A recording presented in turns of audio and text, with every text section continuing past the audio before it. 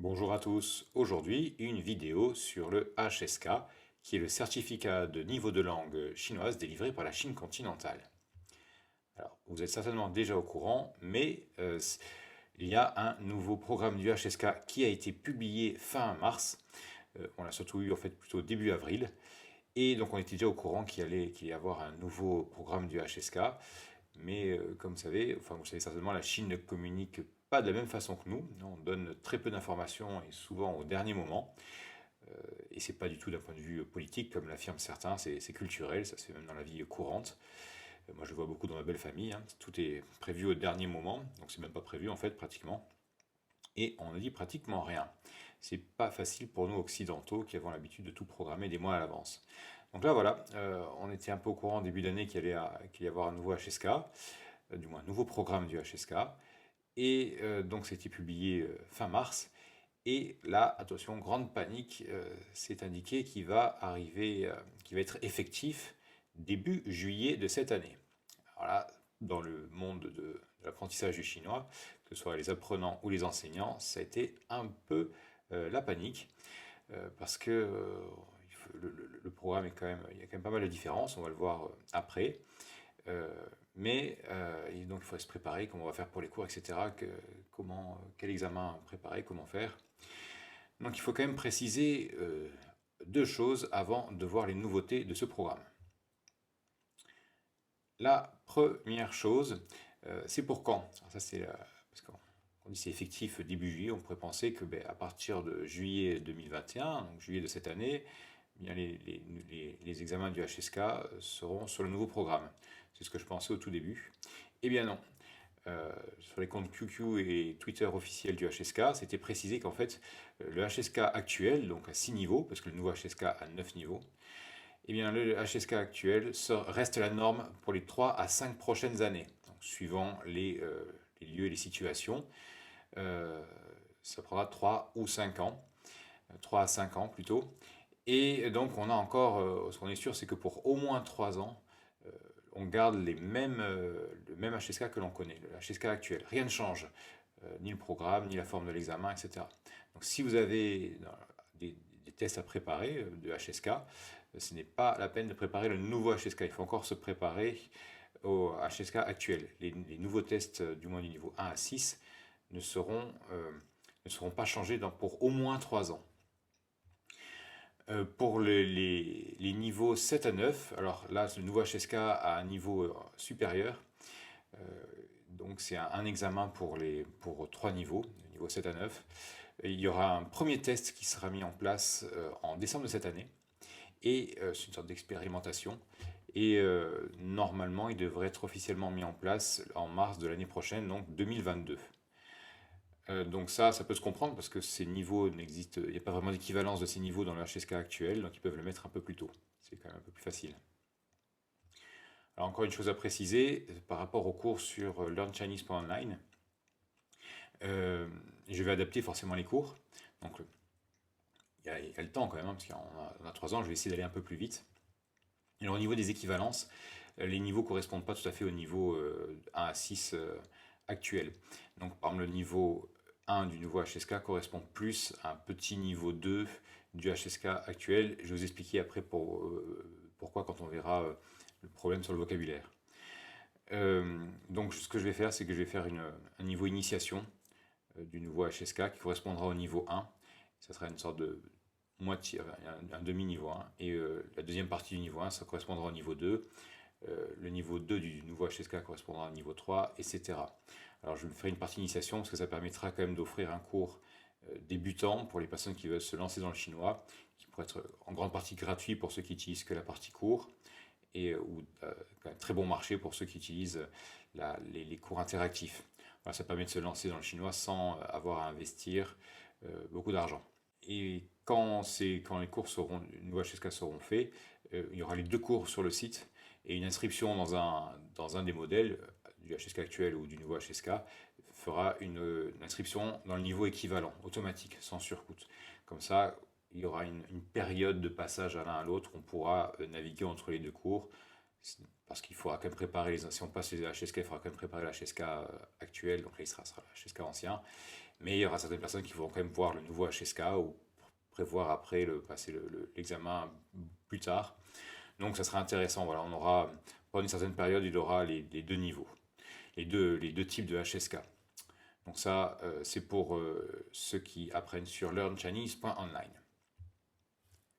Le deuxième point, le vocabulaire. Alors ça aussi, ça a été la grande panique, car quand on observe le programme du nouveau HSK, la quantité de vocabulaire est beaucoup plus importante que l'HSK actuel. Alors, faire attention, parce que quand on observe bien le programme du HSK, que je vais vous partager, je vous donne le lien dans la description dans la description de la vidéo. Vous pouvez comme ça télécharger, c'est un fichier qui est assez lourd, hein. Je crois qu'il fait 50 MO, plus de 250 pages. Donc si vous regardez un petit peu, c'est tout en chinois, pour les personnes qui ne parlent pas ou qui ont un petit niveau de chinois, c'est un peu difficile. Mais bref, si on regarde le contenu du vocabulaire, des fois on trouve des mots comme ça, comme che-shang, ti-shang, ou bien che-pu-che, qui ne sont en fait pas des mots de vocabulaire. Ce sont des constructions grammaticales, hein. Par exemple, on a che, le véhicule, et shang dessus, sur le véhicule, sous-entendu dans le véhicule. Pareil pour di, le sol, et shang dessus, ti, shang sur le sol. Ça, ce ne sont pas des mots de vocabulaire, c'est une construction grammaticale. Pareil pour che-pu-che, qui est une forme alternante interrogative. On pourrait le prendre comme mot pour dire n'est-ce pas, mais c'est pas un mot, c'est une expression. Donc voilà, donc il y a des mots qui sont la liste est un peu gonflée. C'est rajouté par le fait que des fois on vous met dans la liste de vocabulaire les caractères qui ne sont pas employés comme des mots. Par exemple, kuo, qui signifie pays, n'est pas un mot. Le mot pays, c'est kuodia. On peut l'utiliser hein, dans d'autres expressions. Par exemple, guo, c'est littéralement précieux pays, c'est une façon très polie de dire votre pays. Bunguo, le pays dont on parle, etc., etc. Mais guo tout seul ne s'emploie pas. Pareil pour zhong ou pour zi quand c'est employé en tant que suffixe.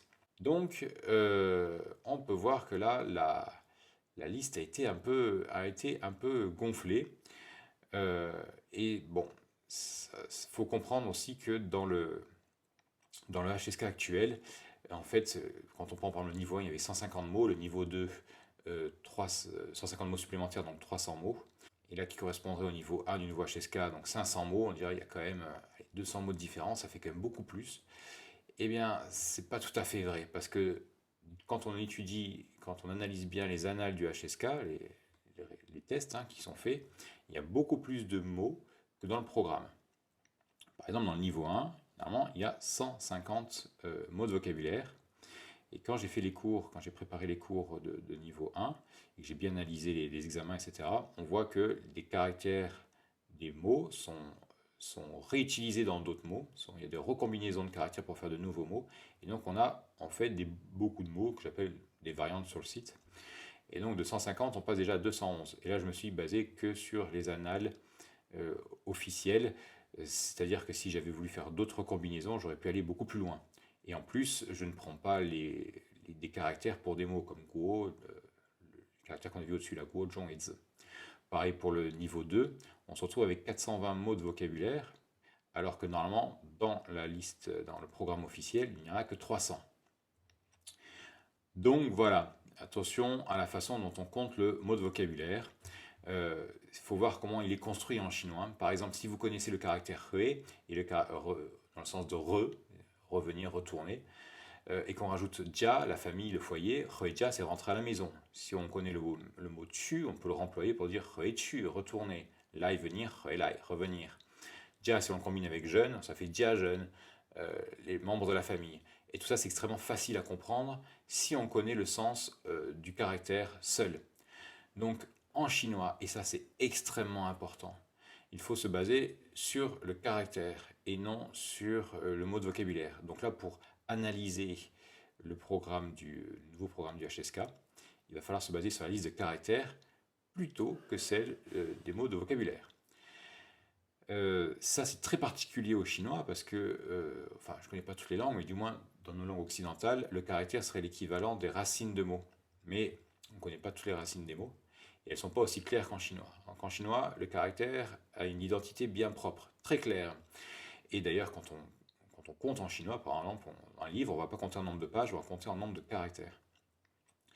Et il a aussi une identité de sens. Et quand on connaît les caractères, la recombinaison de ces caractères-là pour faire des mots est est un exercice assez intéressant. Et en fait, ça permet de créer facilement et de comprendre facilement tout un grand nombre de vocabulaire. Donc ça implique deux choses. Déjà, il faut arrêter de paniquer. J'ai vu une grosse panique. Moi, j'ai vu sur le site web, j'ai reçu des mails, des messages, des commentaires sur certaines vidéos YouTube, etc. Sur certains sites, notamment des sites de formation en langue chinoise, qui en plus en rajoutent. Donc certains utilisent ça aussi, hein, parce que ça crée des émotions fortes, donc ça crée des réactions compulsives, etc. C'est une technique de vente pas très honnête. Donc on aime bien faire paniquer les gens, on connaît ça avec les informations, etc. Donc il faut arrêter de paniquer. Là, c'est une méconnaissance de l'apprentissage, de l'enseignement du chinois. Il ne faut pas se baser sur le vocabulaire, sur les caractères. Et quand on regarde les caractères, d'un seul coup, ça devient beaucoup plus facile. Et il y a surtout l'intérêt méthodologique quand on se base sur les caractères plutôt que sur le vocabulaire. Pourquoi? Parce que, comme je l'ai expliqué, l'apprentissage du vocabulaire est optimisé. On peut, en recombinant les caractères, on peut créer énormément de mots de vocabulaire. Et un deuxième point qu'on a tendance un peu à oublier, quand on se base sur les caractères pour comprendre et former des mots de vocabulaire, on a une bien meilleure compréhension de la culture, du mode de pensée des Chinois. Alors je prends cet exemple que j'aime bien parce qu'il est assez facile, avec des caractères assez simples. Et en plus, il a des grosses conséquences, je dirais, culturelles et relationnelles quand on va en Chine. C'est Guojia, le pays. Il est formé de deux caractères, donc Guo, qui a lui-même le sens de pays, mais qui n'est pas un mot, et de Jia, la famille, le foyer. Et en fait, vous voyez que dans le mot pays, il y a le mot famille. Donc en Chine, la relation au pays est très différente de la nôtre. Et une des premières choses qu'on vous demande quand vous allez en Chine, c'est Ni si huan chong goma. Est-ce que tu aimes la Chine? Alors je vous dis tout de suite, il n'y a qu'une seule bonne réponse. Vous devez aimer la Chine. Parce que si vous dites non, c'est une insulte. C'est comme si vous n'aimez pas. C'est comme si quelqu'un te demande tu aimes ma famille, vous dites non, ça fait mal. Et bien, en chinois, c'est un peu lié tout ça. Donc la bonne réponse c'est oui, même si c'est pas vrai. Hein, vous devez aimer la Chine. N'allez pas blesser les gens. Ça permet aussi de comprendre certaines réactions des Chinois. Souvent, on entend là aux infos, les Chinois, ils aiment pas leur gouvernement, ils veulent de la liberté, ils vont se libérer, blablabla. Bla, bla, bla. Moi, je connais des Chinois qui n'aiment pas leur gouvernement. Ça ne veut pas dire qu'ils n'aiment pas leur pays. Hein. Et si leur gouvernement, même s'ils l'aiment pas, si leur gouvernement leur dit, eh ben, tu vas te battre pour ton pays, tu vas faire ceci, tu vas faire cela, ils vont le faire. Parce qu'ils ont une notion du pays qui est très différente de la nôtre. Et donc pour eux, c'est un peu comme une grande famille. Il y a la notion de famille est très importante en Chine. Si j'ai de la chance, je pourrais interviewer un spécialiste des arts martiaux qui va vous expliquer comment ça fonctionne dans le monde des arts martiaux. Et ça explique très bien dans la culture chinoise cette importance de la famille. Donc je vais voir si je pourrais faire ça cet été. Sans vous le verrez sur la chaîne YouTube. Bon, on va revenir au HSK. Alors voilà, maintenant les nouveautés du HSK. On rentre enfin dans le vif du sujet. Donc je répète quand même deux points importants, ne pas paniquer sur la liste de vocabulaire. Et c'est pas plus difficile, en fait ce serait même plus facile parce que c'est mieux structuré le nouveau programme. Et on a encore le temps. Voilà, donc en résumé, les deux points importants qui ont créé un peu la panique. Donc maintenant, quand on voit ce tableau-là, alors c'est le tableau que vous allez voir si vous allez un peu sur Internet, j'ai rajouté une colonne au niveau des caractères. Mais d'abord, on va commencer par les niveaux à gauche. Et on voit que dans les niveaux, on a deux sous-colonnes, trois grandes parties, débutants, intermédiaires et avancés. Et pour débutants intermédiaires, les niveaux sont bien séparés, hein, de 1 à 6. Mais pour le niveau avancé, on a 7 à 9, on a un seul programme. Alors en fait, il y aura aussi un seul examen, et suivant donc les résultats à l'examen, on vous donnera le niveau 7, 8 ou 9. Au niveau de la colonne syllabes, alors ça, c'est le truc qui m'a le plus surpris. Donc voilà, dans le programme, on vous a donné une liste de syllabes comme ça.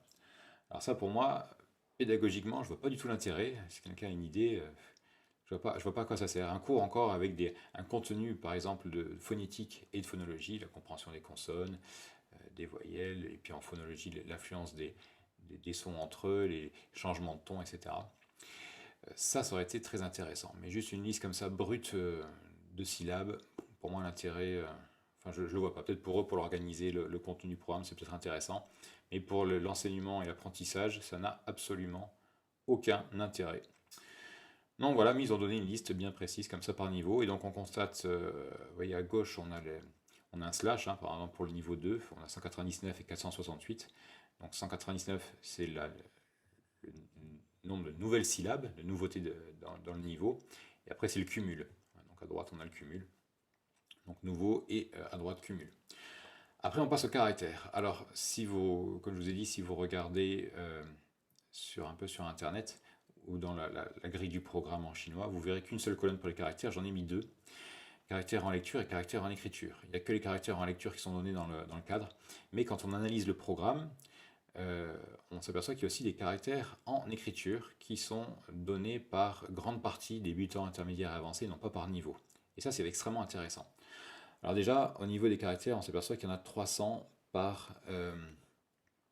300 nouveaux caractères par niveau, et que c'est bien fixe. C'est-à-dire qu'en fait, on voit bien qu'ils sont eux-mêmes basés sur les caractères. Et ça, c'est très bon signe. Sauf pour le niveau avancé, où ça revient à peu près à 400 nouveaux caractères. Et les caractères en écriture, on s'aperçoit qu'en fait, c'est à peu près, grosso modo, ça passe d'un petit tiers vers un gros tiers. Lui, pour le niveau débutant, il y en a 900 caractères à savoir lire et 300 à savoir écrire, donc exactement un tiers. Puis après, bon, on monte un petit peu. Donc, que ce soit un petit tiers ou un gros tiers, ça reste quand même extrêmement, je dirais, facile. Et c'est normal, c'est-à-dire qu'on sait lire beaucoup plus de caractères que l'on sait écrire. Donc ce mode de fonctionnement pédagogique, d'apprendre plus de caractères en lecture qu'en écriture, et de se baser d'ailleurs sur le caractère, ça vient de Monsieur Bellassène, que je salue au passage. Donc Monsieur Bellassène était l'ancien inspecteur général de chinois. Il a une influence considérable dans le monde, pas seulement en France, en Europe, mais aussi même en Asie. Alors aux États-Unis, je ne sais pas, certainement aux États-Unis ici, mais j'ai moins pu vérifier, dans l'enseignement et l'apprentissage du chinois. Et donc il avait donné des seuils de caractères, à savoir à lire, mais aussi des seuils de caractères à écrire. Et donc c'est un peu plus, lui c'est plutôt une grosse moitié plutôt qu'un tiers. Mais l'idée est là, c'est-à-dire que voilà, on apprend pour optimiser l'apprentissage et pour être plus proche de la réalité. On doit savoir lire plus de caractères que ce que l'on sait en écrire. Et ça c'est valable même pour les Chinois. C'est plus facile en lecture parce qu'on a le caractère sous les yeux, tandis qu'en écriture il faut le sortir du vide, donc c'est quand même beaucoup plus difficile. C'est le même principe que la compréhension et l'expression. On a un niveau toujours plus élevé en compréhension qu'en expression, qu'elle soit orale ou écrite. Donc voilà, ça, une excellente amélioration dans la structure du programme du HSK. En fait, c'est ça, hein, ce sont les caractères. Et je dirais c'est une double amélioration parce qu'ils ont non seulement ils ont mis les caractères, mais ils les ont séparés en caractères en lecture et en écriture. Ensuite, on voit la liste de mots. Donc là, avant-dernière colonne, donc c'est cette liste-là qui a fait paniquer les gens. Mais comme on l'a vu, cette liste-là n'est pas vraiment pertinente pour se baser pour l'apprentissage. Donc c'est intéressant de voir les mots qui sont utilisés, mais c'est beaucoup moins important que les caractères. Et enfin vient la grammaire, donc des points de grammaire. Donc ça existe déjà dans le HSK actuel, jusqu'au niveau 3, puis après il n'y avait plus de contenu de grammaire. Donc là il y a des contenus de grammaire jusqu'au niveau avancé, des contenus assez précis. Donc j'ai pas pu encore temps de faire une analyse détaillée de la grammaire, mais de ce que j'ai pu voir, c'est assez intéressant, c'est assez détaillé, donc voilà, c'est pas mal.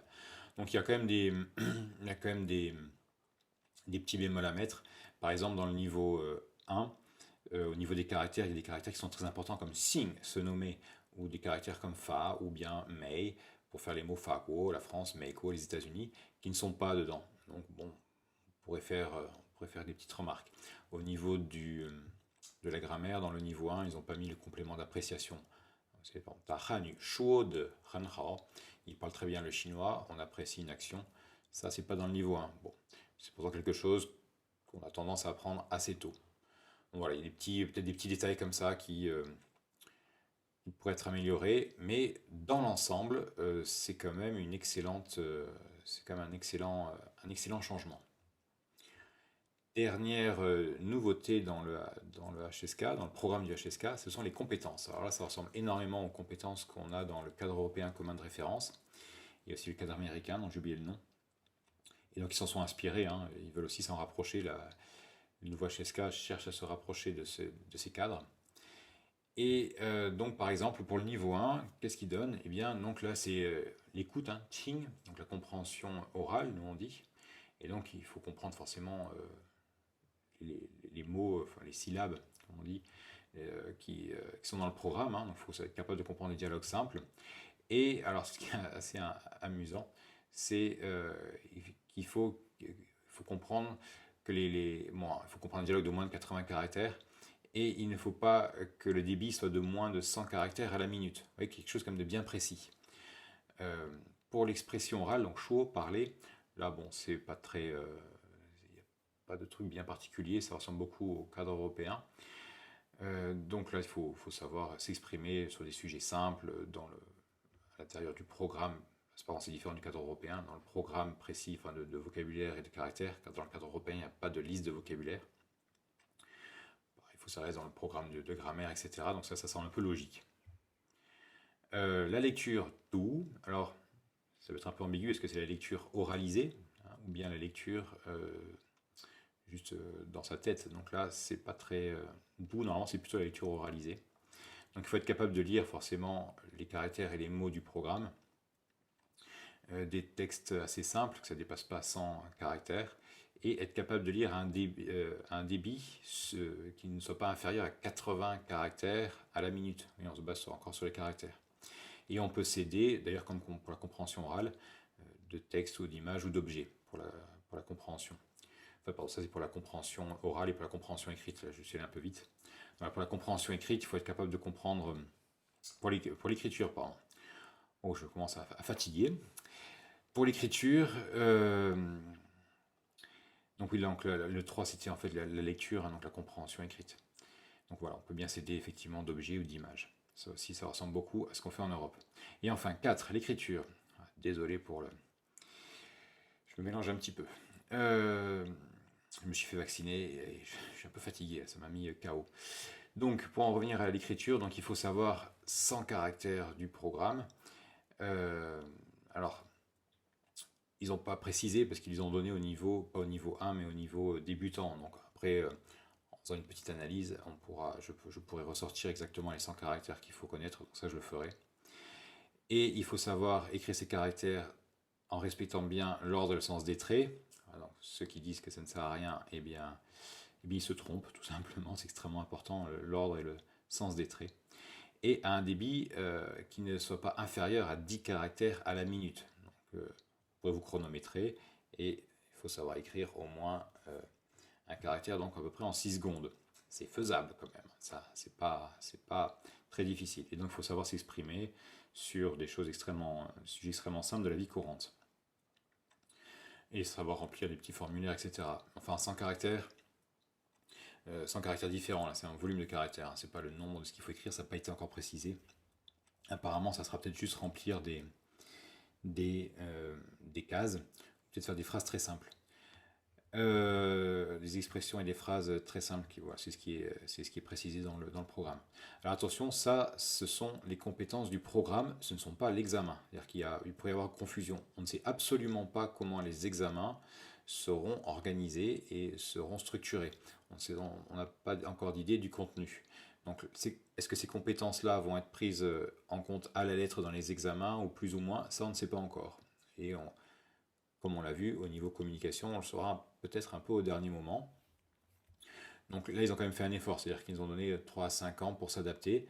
J'étais extrêmement surpris parce que c'est pas trop dans l'habitude des Chinois. Donc peut-être que pour les examens, nous donneront des modèles d'examen un peu en avance qui permettront de préparer un peu les cours et de voir comment on se prépare au HSK. Sachant que ça, c'est juste pour passer le HSK. Quand on étudie le chinois, on doit étudier les 4 compétences, compréhension orale, compréhension écrite, expression orale, expression écrite. On rajoute souvent une 5e compétence, notamment dans le cadre européen commun de référence, qui est l'expression orale en interaction, qui en fait mélange, c'est quand on a un dialogue, ça mélange la compréhension orale et l'expression orale. Voilà. Mais grosso modo, fondamentalement, il y a 4 compétences, du moins 4 compétences de communication. Je ne parle pas des compétences linguistiques, ça sera, il faudra que je vous en parle, mais ça sera pour plus tard. Voilà, donc on ne sait pas encore, il faut bien comprendre qu'il ne s'agit pas encore du contenu des examens, mais seulement des compétences qui sont données dans le programme. Voilà, donc cette vidéo est terminée. J'espère que j'ai pu apporter quelques réponses importantes sur ce nouveau HSK. J'ai mis un peu de temps, mais j'ai voulu bien analyser ce qui se passait. Ça a été assez stressant, une période qui a été assez stressante. Donc si vous avez des questions, n'hésitez pas dans les commentaires commentaire de la vidéo. Et bien sûr, vous avez aussi le forum sur learnchinese.online.